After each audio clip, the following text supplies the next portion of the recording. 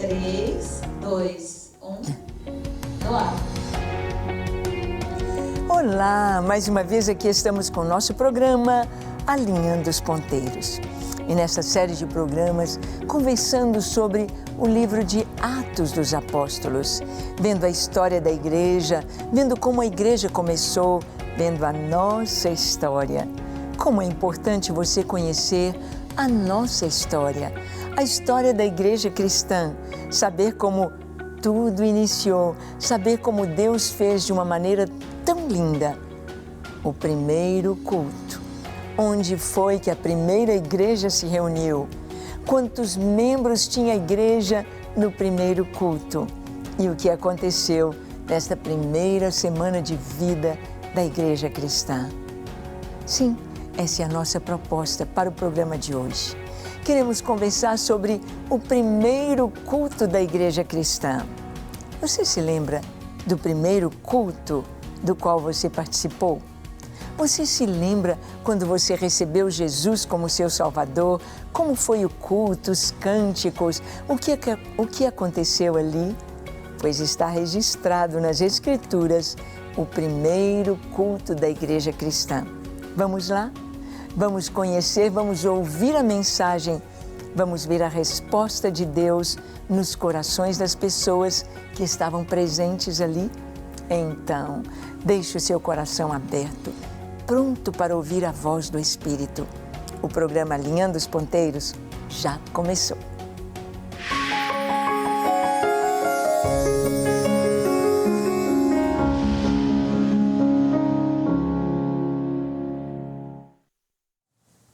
Muito bem.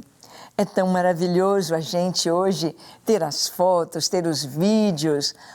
Eu fui em uma viagem à África agora, estive ali na Etiópia, em Uganda, em Burundi, e a gente tira foto, e a gente filma, e a gente guarda as lembranças.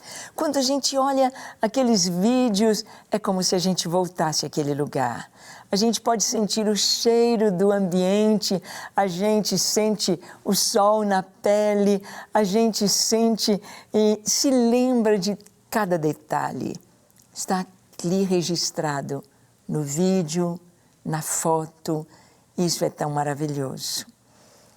Na época que a igreja surgiu, não tinha ainda celular, câmera fotográfica, não tinha ainda como filmar aquele culto, mas foi registrado, foi escrito. E aquilo que está escrito traz ao nosso coração as imagens de como tudo aconteceu. Então, aqui no livro de Atos dos Apóstolos, nós vamos ter o primeiro culto da igreja cristã. Nesse culto, nós vamos ver Pedro, Simão Pedro. Simão, aquele discípulo sanguíneo, aquele discípulo falador, que ora falava coisas muito boas, muito propícias, e ora falava bobagens. Teve um momento que ele foi até usado pelo inimigo e Jesus disse: arreda de mim, para trás de mim, Satanás.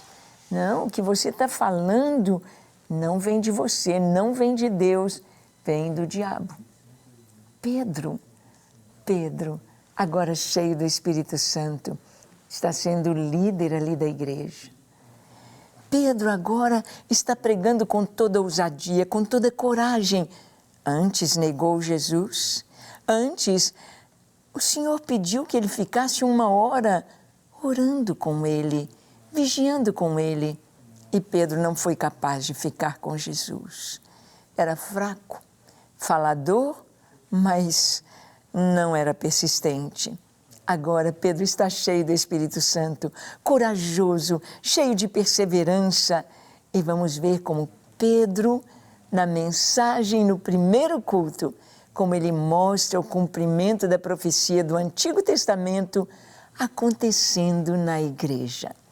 Olha o que está escrito em Atos capítulo 2, dos versículos 21 ao 24. Diz assim: e acontecerá que todo aquele que invocar o nome do Senhor será salvo.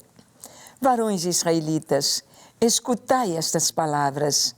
a Jesus Nazareno, varão aprovado por Deus entre vós, com maravilhas, prodígios e sinais que Deus fez por ele no meio de vós, como vós mesmos bem sabeis, a este que vos foi entregue pelo determinado conselho e presciência de Deus, tomando-o vós, o crucificastes e matastes pela mão de injustos, ao qual Deus ressuscitou, soltas as ânsias da morte, pois não era possível que fosse retido por ela.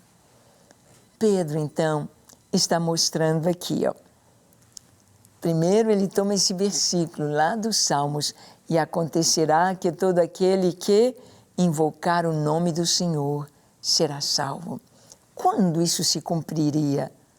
Com a morte de Jesus, com a ressurreição de Jesus, com a ascensão de Jesus e com a descida do Espírito Santo. Então, movidos pelo Espírito Santo, qualquer um que clamar ao Senhor, Jesus me salva, Jesus eu me entrego a Ti, Jesus me perdoa, Jesus eu sou Teu, todo que invocar o nome do Senhor será salvo. E Pedro diz, varões israelitas, este Jesus, Yeshua de Nazaré, varão aprovado por Deus no meio de vocês, com sinais, com maravilhas. Ele curou, ele limpou os leprosos, ele abriu os olhos aos cegos, ele abriu os ouvidos dos surdos, ele ressuscitou mortos, ele levantou paralíticos, aleijados, limpou leprosos, curou todo tipo de doenças.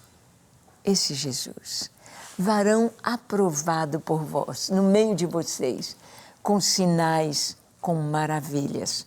Esse Jesus de Nazaré, o Filho de Deus, cheio do Espírito Santo, Ele é o Messias prometido.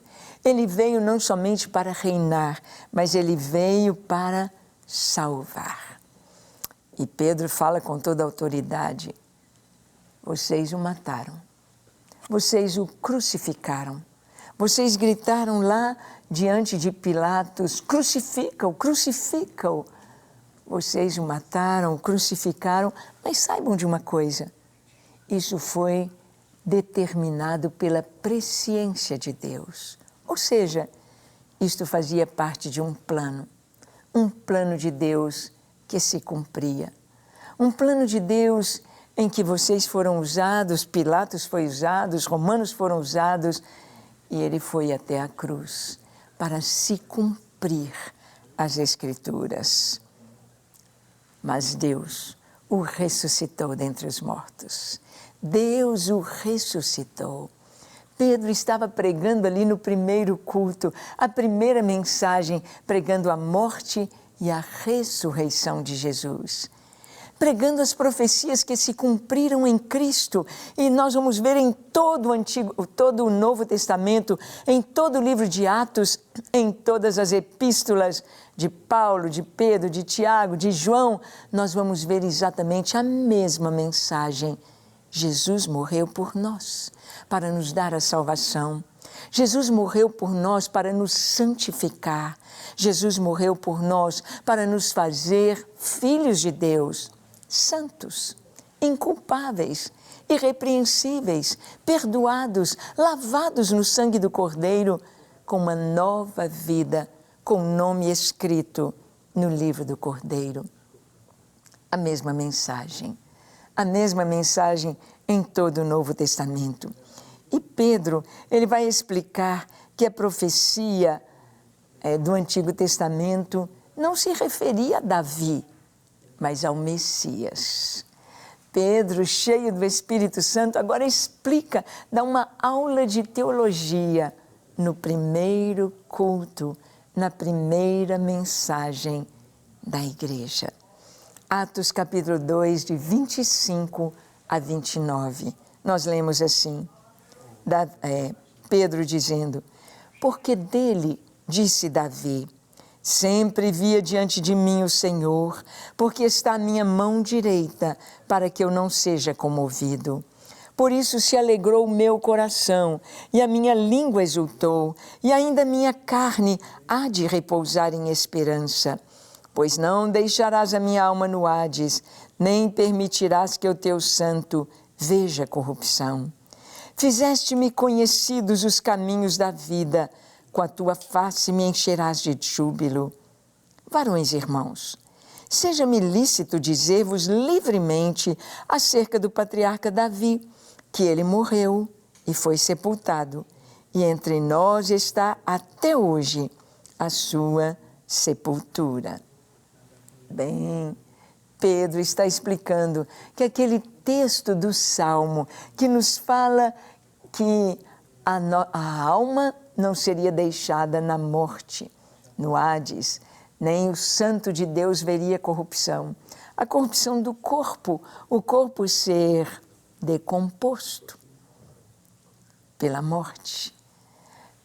Pedro está dizendo, não é Davi, porque Davi morreu, porque o corpo de Davi foi enterrado, porque está aqui no nosso meio o túmulo de Davi.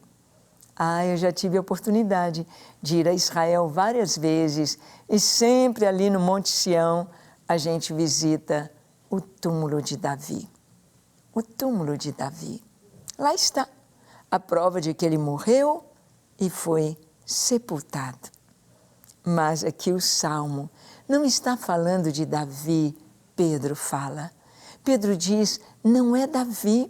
Davi morreu e foi sepultado. Então, quem o seu corpo não veria corrupção? Quem a morte não destruiria? Quem a morte não teria poder sobre o seu corpo? Yeshua de Nazaré. Jesus, o Filho de Deus. Jesus, o Nazareno. Sim, é isso que Pedro está dizendo. Davi fala do Messias prometido. Davi fala de Jesus. Olha, continuando aqui na mensagem de Pedro, em Atos 2, verso 30 ao 36, ele diz assim, Pedro, na sua mensagem, sendo ele, Davi, profeta, e sabendo que Deus lhe havia prometido com juramento que o fruto de seus lombos, segundo a carne, levantaria o Cristo para o assentar sobre o seu trono, nessa previsão, disse da ressurreição de Cristo, que a sua alma não foi deixada no Hades, nem a sua carne viu a corrupção. Deus ressuscitou a este Jesus, do que nós todos somos testemunhas, de sorte que, exaltado pela destra de Deus e tendo recebido do Pai a promessa do Espírito Santo, derramou isto que vós agora vedes e ouvis. Porque Davi não subiu aos céus, mas ele próprio diz, disse o Senhor ao meu Senhor, assenta-te à minha direita, até que eu ponha os teus inimigos por escabelo de teus pés. Saiba, pois, com certeza, toda a casa de Israel, que a esse Jesus, a quem vós crucificastes, Deus o fez Senhor e Cristo. Esta foi a primeira mensagem no primeiro culto da igreja. Pedro explica a profecia de Davi com relação ao Messias e ele disse, Davi não está falando dele, ele está falando do Cristo. Possivelmente Pedro se lembrava de Jesus ensinando, de Jesus explicando os Salmos. E agora o Espírito Santo trazia ao coração de Pedro toda a realidade da Escritura, toda a maravilha fluía ali dos Salmos, mostrando que Jesus é o Cristo, que Jesus é o Messias, que tudo se cumpria nele. Pedro explica que a profecia aqui que diz, não deixarás a minha carne ver a corrupção, se referia a Jesus e não a Davi. Deus ressuscitou a este Jesus de que todos nós somos testemunhas. Esta era a mensagem da igreja primitiva. Ele ressuscitou. Ele ressuscitou. Ele ressuscitou e subiu aos céus e se assentou à direita da majestade de Deus e voltará para buscar a sua igreja, para nos arrebatar para si, para estarmos para sempre com o Senhor. Sim, esta é a nossa esperança. Esta é a palavra viva da profecia do Antigo e do Novo Testamento. Pedro está dizendo, olha, isso que vocês estão vendo aqui, estas pessoas, 120 pessoas, falando em outras línguas, falando nos idiomas daqueles povos que ali estavam representados, falando das grandezas de Deus, falando do poder de Deus. Gente simples, que não sabia falar em árabe, em cretense, na língua da Frígia, da Panfilha e de tantos outros lugares, de Cirene, lá da África, lá da Europa, lá da Ásia. Sim, era o Espírito Santo. Pedro então diz, o que vocês estão vendo e ouvindo é sobrenatural. É o Espírito Santo que está sobre nós. É o Espírito Santo que está falando. E ele diz, esse Jesus, a quem vós crucificastes, esse Jesus que vocês entregaram, olha, tem pouco tempo, tem 50 dias. Foi na Páscoa que ele padeceu. Foi na Páscoa que ele foi crucificado. Hoje é Pentecostes, 50 dias depois da sua morte. Ele foi sepultado, ficou 3 dias no túmulo, apareceu durante 40 dias aos seus discípulos de maneira gloriosa. E em Pentecostes, ele envia o seu Espírito Santo. Este Jesus, a quem vós crucificastes, Deus o fez Senhor e Cristo, Senhor e Messias. E ele ainda cita mais o Salmo dizendo, porque Davi não subiu aos céus, mas Davi disse o Senhor ao meu Senhor, no Salmo 110, assenta-te à minha direita, até que eu ponha os teus inimigos por estrado dos teus pés.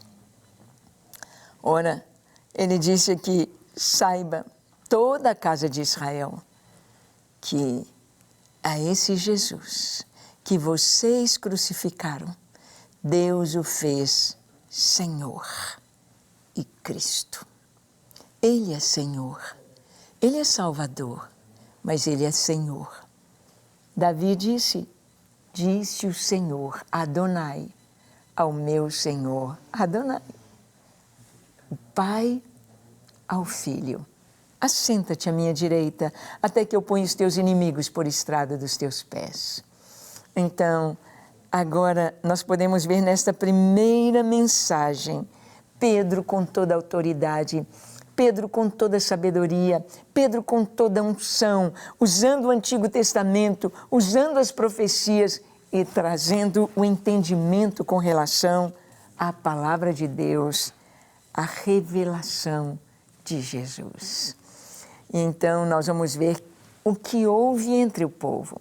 Arrependimento e salvação no primeiro culto. Arrependimento. A palavra de Deus sempre deve nos levar ao arrependimento. Atos 2, 37 a 41, lemos assim. E ouvindo eles isto, compungiram-se em seus corações e perguntaram a Pedro e aos demais apóstolos, que faremos, irmãos, varões e irmãos? E disse-lhes Pedro, arrependei-vos. E cada um de vós seja batizado em nome de Jesus Cristo para perdão dos pecados e recebereis o dom do Espírito Santo. Porque a promessa vos diz respeito a vós, a vossos filhos e a todos que estão longe, a tantos quanto Deus nosso Senhor chamar. E com muitas outras palavras, isto testificava e os exortava dizendo, salvai-vos desta geração perversa. De sorte que foram batizados os que de bom grado receberam a sua palavra. E naquele dia agregaram-se quase 3.000 almas. A mensagem que Pedro pregou levou os corações a uma decisão. Que faremos?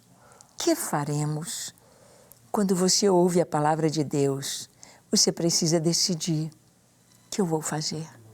Vou ser um cristão de verdade, fazer parte do reino da luz, ter o meu nome escrito no livro da vida, entrar em aliança com Deus e buscar santidade, ou rejeitar Jesus, ou negar Jesus, ou estar condenado. As pessoas não gostam que se fale em inferno, mas ou é céu ou é inferno. Ou é Jesus ou trevas. Quem não é por mim é contra mim. Quem comigo não ajunta, espalha. Aquele que me confessar diante dos homens, eu o confessarei diante de meu Pai. Aquele que me negar diante dos homens, eu o negarei diante de meu Pai. Eu e você, todos nós, como no primeiro culto da igreja, todos foram levados a uma decisão. E agora? O que você vai fazer? Pilatos perguntou àquela geração: que farei de Jesus chamado Cristo? Ele lavou as mãos. Mas ninguém consegue lavar as mãos e dizer: estou neutro, estou em cima do muro, não quero me envolver. Não, todos estamos envolvidos. Ou cremos ou rejeitamos. Ou é céu ou é inferno. Ou é salvação ou é condenação. Não tem meio termo. Não tem deixar para depois. É agora. É hoje. Então Pedro traz esta palavra e o povo diz: o que faremos? E ele responde: arrependei-vos. Arrependei-vos. Hoje um grande problema que nós vemos entre as pessoas é que elas querem tudo que Deus tem de bom para dar.